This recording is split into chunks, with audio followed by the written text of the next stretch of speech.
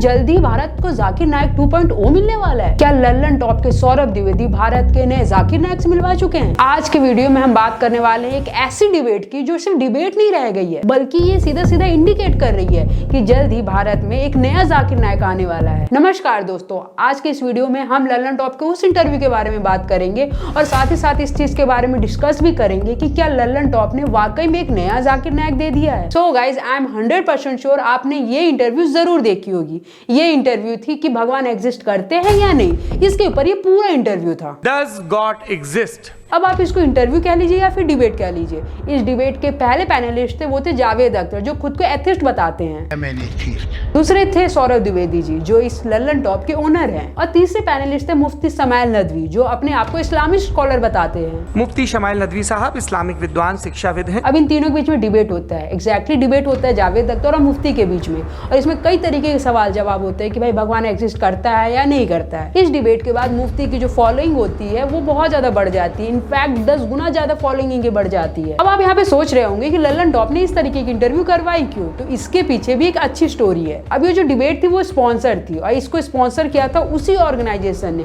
जिसके मालिक मुफ्ती जी हैं। सो गाइज, मेरे ख्याल से आपको धीरे धीरे समझ में आ रहा होगा कि ये डिबेट किस लिए हुआ। ये डिबेट भगवान के एग्जिस्टेंस के लिए नहीं था, ये डिबेट नदवी साहब के प्रमोशन के लिए था। अब इस डिबेट को देखने के बाद कई सारे लोग खुश हो रहे हैं कि बताओ भाई, दो मुसलमान आपस में लड़ रहे हैं। कई लोग इस बात पे खुश हो रहे थे कि भाई जावेद साहब ने मुफ्ती साहब को बहुत अच्छे जवाब दिए। एक तो मैं कॉन्टिजेंसी वर्ड ठीक से समझता हूँ, और इस वक्त भी जो आपने अंग्रेजी के अल्फाज इस्तेमाल किए वो जरा थोड़े से मुझे डिफिकल्ट और कॉम्प्लिकेटेड लगे। लेकिन एक्चुअल में जब आप इस पूरे सिनेरियो को समझेंगे ना, तो आपको पता चलेगा कि ऐसा कुछ भी नहीं था जो आपको दिखाया जा रहा है। सबसे पहले चीज, ये मुफ्ती नदवी है कौन, ये चीज को जानना आपको बहुत ज्यादा जरूरी है। क्या मुफ्ती नदवी जी बहुत ज्यादा इंटेलेक्चुअल है, बहुत ज्यादा प्रोग्रेसिव है? लेकिन नहीं, ऐसा बिल्कुल भी नहीं है। जब आप मुफ्ती नदवी के पुराने स्टेटमेंट सुनेंगे ना, पुराने स्पीचेस सुनेंगे, तब आपको पता चलेगा कि एक्चुअल मुफ्ती नदवी है कौन। अगर हम चाहते हैं कि हमारे मौजूदा हालात सही हो जाएं, तो हालात का हल किसी सियासी पार्टी के पास नहीं है। हालात का हल इताअत दीन में है, हालात का हल इकामत दीन में है, हालात का हल इत्तिबाए सुन्नत नबवी में है। याद रखें, इस मुल्क में हमारा अप्रोच गलत रहा, हमने गलत अप्रोच इख्तियार किया। मुफ्ती नदवी जो दूसरे रिलीजन के गॉड को एग्जिस्टेंस में ही नहीं मानते। क्या फुला दरबार अगर शरीयत के खिलाफ हुक्म दे, क्या तुम तस्लीम करोगे? उनका गॉड सिर्फ असली है, बाकी कोई गॉड असली है ही नहीं। मैं यहाँ पे ये नहीं कह रही कि एक रिलीजन के गॉड एग्जिस्ट करते हैं या दूसरे रिलीजन के गॉड एग्जिस्ट नहीं करते। यहाँ पे मेरे लिए सब रिलीजन के गॉड बराबर हैं। लेकिन वो व्यक्ति जो अपने ही रिलीजन के गॉड को सिर्फ मानता है, बाकी दूसरे रिलीजन के गॉड को मानता ही नहीं है, ये व्यक्ति डिसाइड करेगा। ये व्यक्ति वैसा डिबेट करेगा कि भाई गॉड एग्जिस्ट करता है या नहीं करता है। आप जब आइडियोलॉजिकली इतने ज्यादा मोटिवेटेड हैं कि भाई आपके रिलीजन का गॉड एग्जिस्ट करता है, तो भाई आपके लिए बाकी दुनिया एथिस्ट ही हो गई ना। तो ऐसा नहीं है कि मुफ्ती नदवी जी सिर्फ गॉड को लेके कहते हैं या गॉड के बारे में बातें करते हैं। नहीं, जब आप इनके स्पीचेस सुनेंगे ना, तब इनके आपको हेट स्पीचेस भी सुनने को मिलेंगे। इनफैक्ट ये अपने रिलीजियस आइडियोलॉजी को संविधान से भी ऊपर मानते हैं और इसके ओपन स्टेटमेंट भी है इनके। अभी तक आप समझ गए होंगे कि मुफ्ती नदवी की आइडियोलॉजी क्या है, और इसमें कोई प्रॉब्लम भी नहीं है, क्योंकि यहाँ पे हर तरीके के लोग हैं, हर तरीके का अपना एक आइडियोलॉजी है। लेकिन सवाल यहाँ पे आता है लल्लन टॉप का, कि आखिरकार लल्लन टॉप ने जाने में या अनजाने में एक और जाकिर नायक खड़ा कर दिया है। ये चीज मैं कैसे कह रही हूँ, कैसे एक चीज से दूसरे को कनेक्ट कर रही हूँ, चलिए अब हम उसके बारे में बात करते हैं। 2006 में हिंदुस्तान में एक चैनल आया था जिसका नाम था पीस टीवी। इस पीस टीवी में बहुत सारे इस्लामिक कार्यक्रम चला करते थे और इसमें एक चला करता था जाकिर नायक का भी। जाकिर नायक शुरुआत में इस चैनल पे आया करते थे और सिर्फ आइडियोलॉजिकली बात किया करते थे, लेकिन धीरे धीरे ये कार्यक्रम रेडिकलाइज होना शुरू हो गया। इस कार्यक्रम में बहुत सारे ऐसे लोग आया करते थे जो हिंदू रिलीजन को मानते थे और वो जाकिर नायक से सवाल करते थे, और ऐसा वहाँ पे दिखाया जाता था कि वो इतने ज्यादा इन्फ्लुएंस हो गए जाकिर नायक से कि वो वहीं पे अपना रिलीजन बदल लिए हैं। मेरे नजदीक आप मानते हैं कि खुदा एक है जी। आप मानते हैं कि मोहम्मद सल्लल्लाहु अलैहि वसल्लम पैगंबर है जी। ये दो चीज मिनिमम जरूरत है मुसलमान बनने के लिए, तो मेरे नजदीक आप मुसलमान है जी। हाँ कि नहीं जी? तो अरबी में बोलना चाहेंगे जी? ओके, बोलेंगे। आपको कोई भी जबरदस्ती कर रहा है इस्लाम कबूल करने के लिए? कोई जबरदस्ती। आप अपने दिल से करना चाहते जी? कोई जबरदस्ती नहीं कर रहा है, आप अपनी मन से करना चाहते। पर ऐसा नहीं है कि जाकिर नायक सिर्फ हिंदुओं को टारगेट किया करते थे, बाकी जितने भी रिलीजन थे वो हर एक को टारगेट किया करते थे। धीरे धीरे ये कार्यक्रम काफी ज्यादा पॉपुलर होना शुरू हो गया और उसके बाद जाकिर नायक हेट स्पीच देना शुरू करने लगे। In no way can you work for a company or help in the building of a place of worship which is involving shirk, place of worship of the other religion besides Islam, like building a temple or building a church. It is haram, it's a grave major sin, and surely you'll be held accountable. So surely I would advise you that you should not take up this job. You can take any other job which is halal, but this job is surely haram. And unfortunately, you find today that there are many Muslim politicians in many parts of the world who love to go for the inauguration of the temple and mandir, or go for inauguration of churches to show that they're secular, to show that they are very tolerant. In no way, if you go for the inauguration of a temple or a church, makes you tolerant. It is nothing but you are helping one another in sin and shirk, which is the gravest sin in Islam. Imagine a Muslim politician going to a factory which is making weapons for the terrorists. Now, if you go for the inauguration of a factory which is making weapons for terrorists, which is who are killing thousands of innocent human beings, is much better than going for the inauguration of a temple or going for inauguration of a church. In fact Zakir Naik इतने ज्यादा misogynist बनने लगे थे जिसकी कोई हद नहीं। को शादी करने के लिए मर्द नहीं मिलेंगे तो क्या ऑप्शन है उनके लिए? दो ऑप्शन है। चाहे पहला ऑप्शन है कि वो ऐसे मर्द से शादी करे जिसकी बीवी ऑलरेडी है, या वो बाजारी औरत बन जाए। बाजारी औरत, इतना सख्त लफ्ज, मैं इंग्लिश में बोलता हूं पब्लिक प्रॉपर्टी, लोग एतराज लेते, मैं कहता हूं इससे अच्छा लफ्ज मेरे पास है नहीं। तो आप कोई भी एक अच्छी खातून को पूछेंगे, अगर आपको शादी के लिए कोई मर्द ऐसा नहीं मिल रहा जिसके पास कोई बीवी नहीं है, और दो ऑप्शन आपके पास है, ऐसे मर्द से शादी करो जो जिसकी शादी हो चुकी है, या आप बाजारी औरत बनो।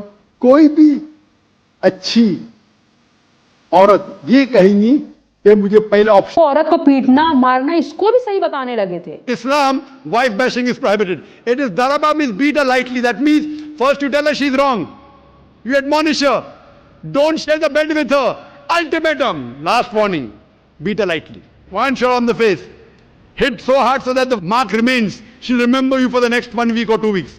Beating lightly is not a punishment, it is a warning. आप सोचिए जाकिर नायक टीवी पे आए, पीस चैनल पे आए, और उन्होंने अपना गेटअप कैसा रखा? कोट पैंट पहना करते थे, चश्मा लगाया करते थे, बहुत इंटेलेक्चुअल बात किया करते थे। लेकिन धीरे धीरे समय बीता और जाकिर नायक रेडिकलाइज भाषण देना शुरू कर दिया। अब सोचिए जाकिर नायक ने कभी भी इस्लामिक गेटअप नहीं रखा। क्यों? क्योंकि वो मास ऑडियंस को टारगेट करना चाहते थे और अपने आप को प्रोग्रेसिव दिखाना चाहते थे। और यहीं पे क्या सेम चीज मुफ्ती नदवी के साथ नहीं हो रही है? मुफ्ती नदवी भी कोट पैंट पहनते हैं, मुफ्ती नदवी भी अपने आप को प्रोग्रेसिव दिखाते हैं, और मुफ्ती नदवी भी ऐसे स्टेटमेंट देते हैं। इस मुल्क में हमारा अप्रोच गलत रहा, हमने गलत अप्रोच इख्तियार किया। हम ये कहते फिरते रहे कि हमारा वतन हमारे दीन से ज्यादा मुकद्दस है। हमने ये एतराफ किया कि सेक्युलर निजाम हमारे निजाम से ज्यादा मुकद्दस है। जाकिर नायक को कई सारी कंट्री में बैन कर दिया गया था। अब इंडिया जाना आपके लिए पॉसिबल है या नहीं है? इंडिया जाना तो एकदम आसान है, बाहर निकलना मुश्किल है। जाना तो इन्होंने रेड कार्पेट देगी, मुझे आओ भाई आओ, अच्छा अंदर आओ, जेल में बैठो, अरेस्ट कर लेंगे वो, जाहिर है। और इसका कारण भी इतना बड़ा था जिसकी कोई हद नहीं। कई सारे पकड़े गए थे और उनके मोबाइल को जब सर्च किया गया तो इंटेलिजेंस द्वारा ये पता लगाया गया कि उनके मोबाइल में जाकिर नायक के वीडियो थे। और इंटेलिजेंस ये भी पता लगा के बताई कि जितने भी ये जो बने हैं या जितने भी पकड़ाए हैं वो जाकिर नायक के वीडियो देखने के बाद रेडिकलाइज हुए हैं। ढाका में हमला करने वाले आतंकी रोहन इम्तियाज जाकिर नाइक से प्रभावित था। पिछले वर्ष उसने फेसबुक पर जाकिर नाइक के लेक्चर्स को लेकर एक प्रोपेगेंडा भी चलाया था। इसके अलावा ढाका में आतंकी हमला करने वाला एक और आतंकवादी निब्रस इस्लाम भी जाकिर नाइक का फॉलोअर था। आपको बता दें कि इससे पहले भी दुनिया के तमाम आतंकवादी जाकिर नाइक से प्रभावित हो चुके हैं। 2009 में न्यूयॉर्क सबवे को बम से उड़ाने की साजिश रचने के आरोप में गिरफ्तार किया गया नजीबुल्लाह जाजी भी जाकिर नाइक के भाषणों से ही प्रभावित था। 2007 में स्कॉटलैंड के ग्लासगो एयरपोर्ट पर बम से हमला करने वाला कफील अहमद भी जाकिर नाइक से प्रभावित था। 11 जुलाई 2006 को मुंबई की लोकल ट्रेन्स में हुए सीरियल बम धमाकों को अंजाम देने वाला राहिल शेख भी जाकिर नाइक के लेक्चर सुनता था। इसके अलावा ISIS के हैदराबाद मॉड्यूल का हेड इब्राहिम यजदानी भी जाकिर नाइक से बुरी तरह प्रभावित था। मतलब आप समझ सकते हैं कि ये आदमी कितनी हेड स्पीच देता था और कितने लोग को रेडिकलाइज बनाता था। खैर 2014 में मोदी सरकार आती है और 2014 के बाद जाकिर नाइक को इंडिया में बैन कर दिया जाता है। इनफैक्ट जाकिर नाइक के कोई भी स्टेटमेंट आपको यूट्यूब या टीवी पे देखने को नहीं मिलेंगे। लेकिन आज 10 साल बाद वापस से एक नया जाकिर नाइक आया है जो कि सेम आइडियोलॉजी लेके आया है। इनके भी आपको हेड स्पीच देखने को मिल जाएंगे, लेकिन प्रोग्रेसिव सोच के साथ। लोग कह रहे हैं, ये लोग कहते हैं कि इस मुल्क से इस्लाम और मुसलमानों को खत्म कर देंगे। अरे वो सुन लो, आज तक किसी औरत के कोख ने ऐसा मर्द जना नहीं है जो इस मुल्क से इस्लाम और मुसलमानों को खत्म कर। अब आप यहाँ पे खुद डिसाइड कीजिए कि क्या वाकई में जो मुफ्ती नदवी के स्टेटमेंट है वो एक्सेप्टेबल है। मुफ्ती नदवी जिस तरीके की फैन फॉलोइंग बना रहे हैं, क्या वो यूथ को सही डायरेक्शन में लेके जा पाएंगे? एकदम से मुफ्ती नदवी की ऑर्गेनाइजेशन एक प्रोग्राम होस्ट करती है, वो ज्यादा वायरल होता है और उसके बाद से मुफ्ती नदवी के फॉलोअर्स 10 गुना ज्यादा बढ़ जाते हैं। क्या यहाँ पे एक नया क्वेश्चन नहीं अराइज होता है कि वाकई में जाकिर पॉइंट 2 की एक प्रोग्रेसिव सोच एंट्री ले चुकी है भारत में? अब यहाँ पे बहुत सारे लोग मेरे ऊपर सवाल उठा सकते हैं, स्पेशली मेरे मुस्लिम भाई लोग, कि क्या हो गया अगर एक मुस्लिम स्कॉलर आ गया तो? आपके मुस्लिम स्कॉलर मौलाना साहब भी हैं, आपके मुस्लिम स्कॉलर में तबलीगी जमात भी है, आपके मुस्लिम स्कॉलर्स के द्वारा इस्तीमे लगाए जाते हैं और आपके मुस्लिम स्कॉलर्स के द्वारा और भी कई सारे प्लेटफॉर्म्स बनाए जाते हैं। लेकिन हमने कभी भी किसी पे कोई भी सवाल नहीं खड़ा करा। क्यों? क्योंकि भाई वो अपने धर्म की बात कर रहे हैं, इसमें किसी को भी कोई प्रॉब्लम नहीं है। आपका स्कॉलर अगर आपके धर्म की बात करे और आपको उस चीज की शिक्षा दे तो भाई हमें उससे कोई भी दिक्कत नहीं है। आपके मदरसे भी चलते हैं, इससे मुझे कोई भी प्रॉब्लम नहीं है अगर वो आपको रिलीजियसली एजुकेटेड करते हैं तो। लेकिन एक स्कॉलर आता है और वो दूसरे के गॉड पे सवाल उठाने लगता है तो भाई यहाँ पे क्वेश्चन होगा। एक स्कॉलर आता है और वो अपने रिलीजियस आइडियोलॉजी को संविधान से ऊपर बताता है तो भाई यहाँ पे क्वेश्चन होगा। एक स्कॉलर आके अगर वो मिसोजिनी फैलाएगा तो उस पर सवाल होगा। प्रॉब्लम यहाँ पे आपके स्कॉलर की नहीं है,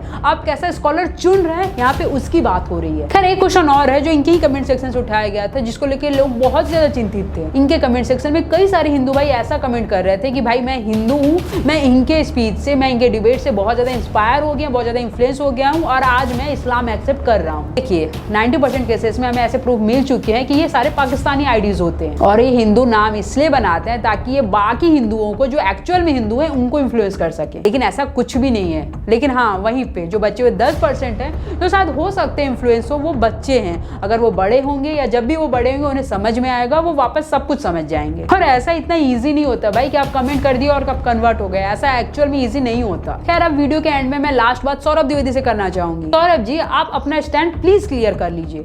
ना आप ठीक से राइट हो पा रहे हैं, ना आप ठीक से लेफ्ट हो पा रहे हैं। कभी आप जाके सरकार की गोद में बैठ जाते हैं। जो अमित शाह जी का टेबल है वो नरेंद्र मोदी जी के बाद सबसे महत्वपूर्ण टेबल है, तो आप उस चांद सर्कल में आप बैठ गए हैं, वीवीआईपी सर्कल में। और कभी जाके आप एंटी हिंदू बन जाते हैं। आपको धार्मिक या अधार्मिक नहीं पाता। गले में गमछा भले वामपंथी वाला लगा रखा हो, लेकिन वामपंथी के गुण भी आप में नहीं है। कुल मिला के आप खुद में इतने ज्यादा कंफ्यूज हो चुके हैं कि आपको खुद में नहीं पता कि आप कहाँ स्टैंड करते हैं। खैर आने वाले टाइम में आपको समझ में आएगा और अगर नहीं आएगा तो हम आपको समझाएंगे कि आप गलत है सौरभ द्विवेदी जी। ठीक है दोस्तों, मेरे ख्याल से आज का वीडियो काफी होगा और मेरे ख्याल से आपको ये वीडियो अच्छा भी लगा होगा। अगर वीडियो अच्छी लगी हो तो इस वीडियो को लाइक करना ना भूले, इस वीडियो को शेयर करना ना भूले अपने दोस्तों के साथ। बाकी मिलते हैं नए वीडियो में नए टॉपिक के साथ। तब तक के लिए जय श्री महाकाल।